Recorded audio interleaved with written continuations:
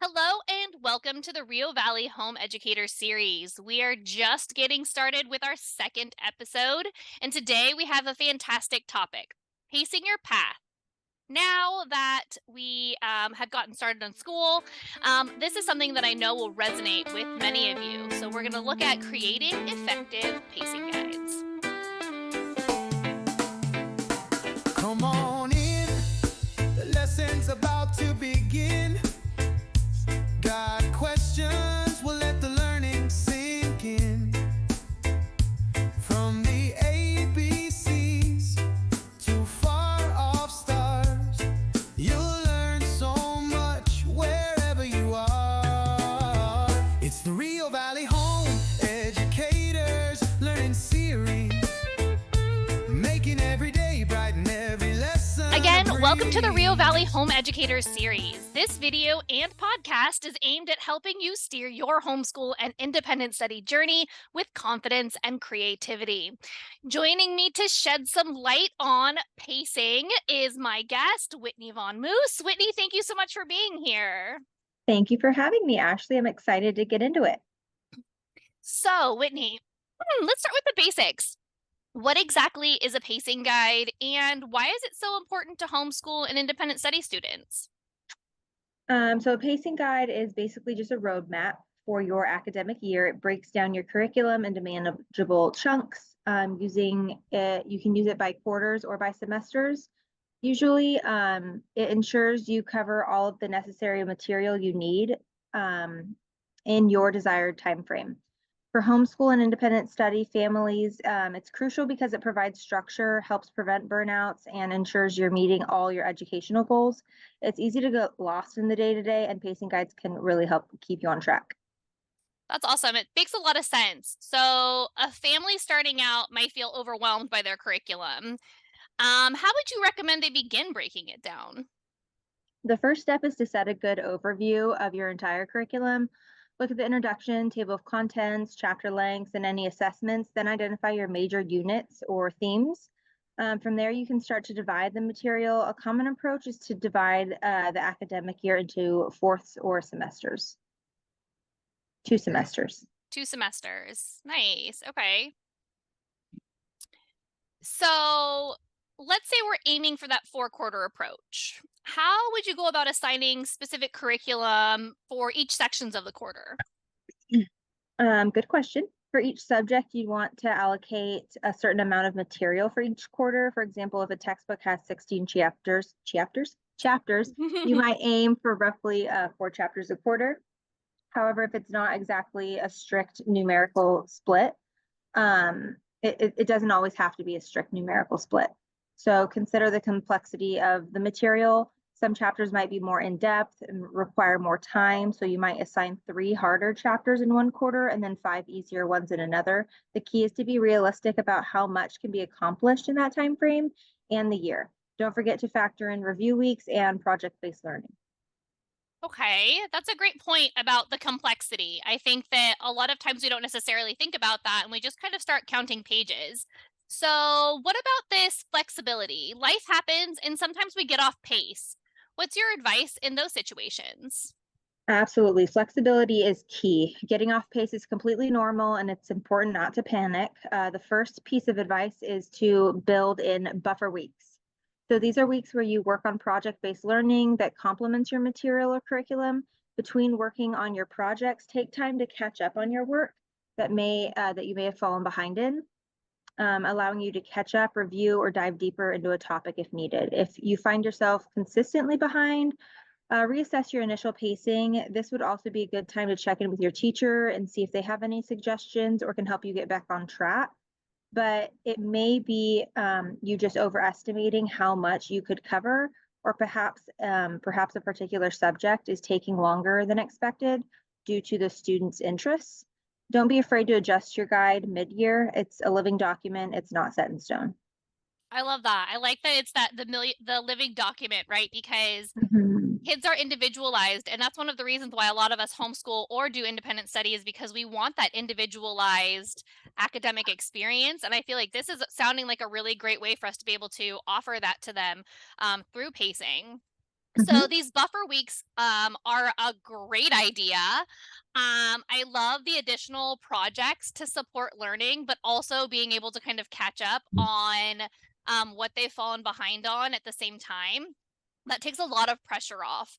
Can you talk to me a little bit about some of the specific requirements? So, our listeners at Rio Valley Charter School, because we're part of an educational charter school community, they are required to have a certain amount of educational minutes per grade level for homeschooling and independent studies. What are those requirements? So that's a really important piece of information for the Rio Valley families. Rio Valley does outline instructional minutes required. For grades TK through kindergarten, it's 240 minutes a day. Grades 1 through 2 should complete 300 minutes a day. Grades 3 through 5, it's 360 minutes a day. For grades 6 through 8, it's 390 minutes a day, or just around 6 hours per day. And then for grades 9 through 12, it's 420 minutes per day. These are school requirements, and if you have a hard time meeting them, definitely discuss it with your teacher. We want to always emphasize that the quality of instruction is always more important than clocking the minutes.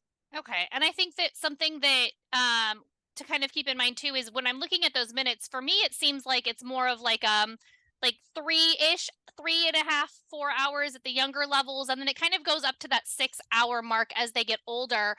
And that's also including enrichment and PE. Yeah, definitely. Awesome. So those are great benchmarks for families to keep in mind. Beyond breaking down the curriculum, are there any other tips for us to consider when we're doing our academic pacing? Is there anything else that you might want to share with the listeners? One thing I always would like to recommend is to involve your student in the pacing process, especially as they get older. When they have a plan in their schedule, a play in their schedule, they often feel more ownership and motivation. Remember that pacing isn't just about covering material, it's about learning and understanding. Don't rush through the topics just to stay on schedule. If the schedule isn't if the student isn't grasping the concepts. Another tip is to consider rotating subjects. Instead of doing every subject every day, you might focus on certain subjects on certain days to avoid burnout.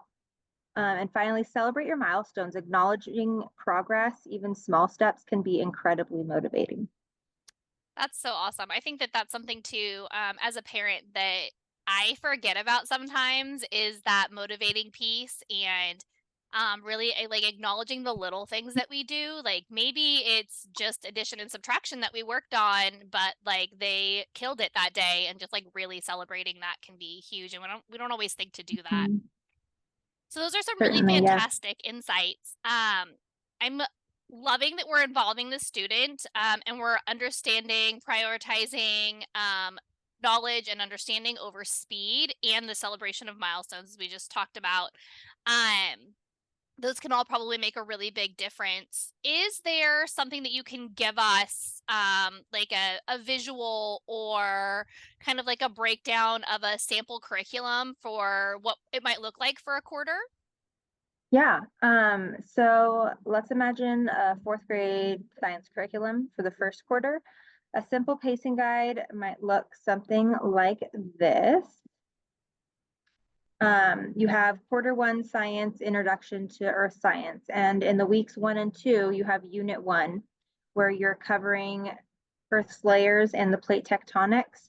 Some activities might be reading chapters 1 and 2, labeling diagrams, watching educational videos, maybe filling out some graphs, creating a model of Earth's layers. And then in weeks 3 and 4, you might cover unit 2, which is rocks and minerals. And you might read chapters 3 and 4 through those weeks. And then maybe identify rocks, create a rock cycle diagram, maybe take a field trip to a local geology exhibit. On weeks 5 and 6, cover unit 3, weathering and erosion. Um, Read some more chapters of the book, conduct some experiments, observe local landforms. Week 7, review and project week. So this can be kind of a buffer week, right? Where you go back and you review anything that you need to, and then you create a project, reviewing all the units, maybe work on building a volcano, and then also do some research and a presentation with that. And then on week 8, it could be your assessment week. So do your unit assessments, present your project, and have a final discussion. Nice. I like how the example you gave us really broke down how to input the units, but then also that buffer week, right? Because I think that we talked about the buffer week before, but then kind of really seeing how it fits into the schedule, I think is really Mhm. important. So, and it really is, like you said, building your own volcano could be like something totally fun for the kids. And maybe there's a little bit of writing that goes with it. And so you're also doing some of your writing curriculum. Maybe there's Yes. some measurement that goes with it. So they're also going over some of their math things. So that could literally kind of encompass all of their subjects in that project that they're doing for the week. Yeah, and then you have public speaking whenever you present it. I love that, the public speaking piece. I think too, especially like in the homeschool and independent study realm, the public speaking piece isn't something that we have the opportunity to do a lot unless we're part of a co-op or our kids go to enrichment programs where they share or do different things like that. So that's very cool for us to be able to incorporate that into our day-to-day lives.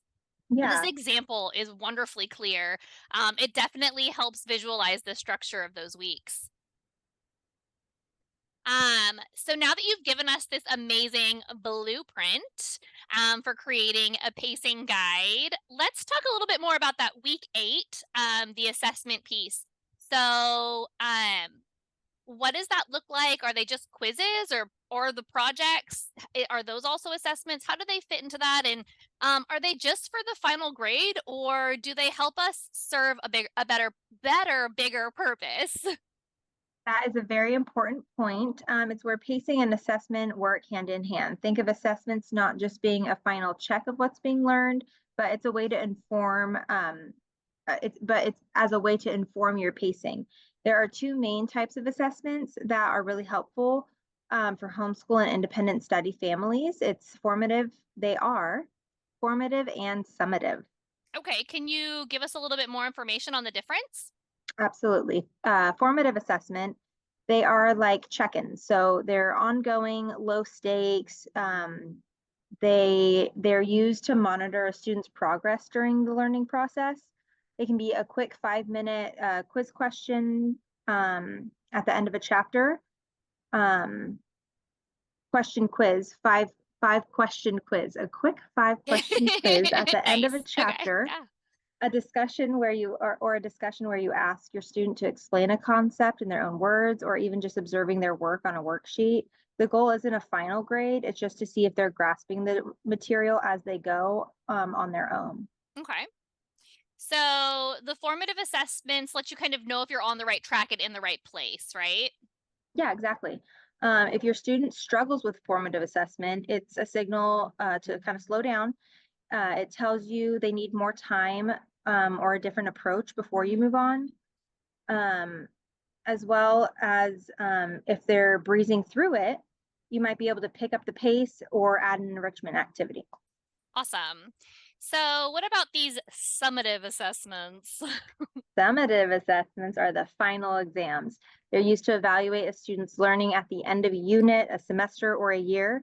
This could be a comprehensive unit test, a research project, or a final Mhm. portfolio for their work. So that way they can provide a snapshot of what they have learned and mastered over a long period of time. Okay, so the formative assessments guide our day-to-day pacing, and the summative assessments kind of confirm overall progress. Yeah, precisely.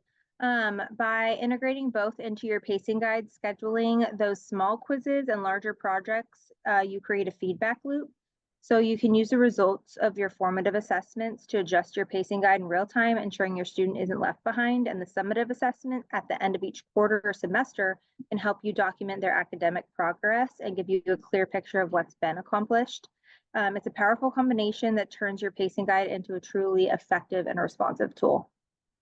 Awesome. So this has been an amazing amount of information.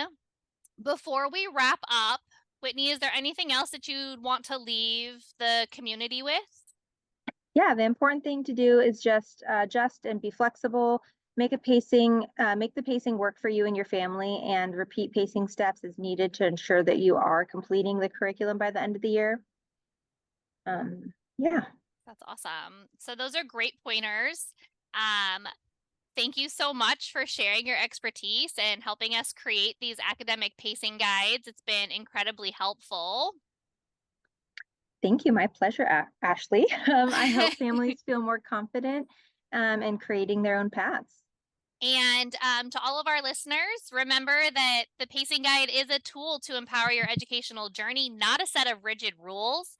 Find what works best for you and your family and your student.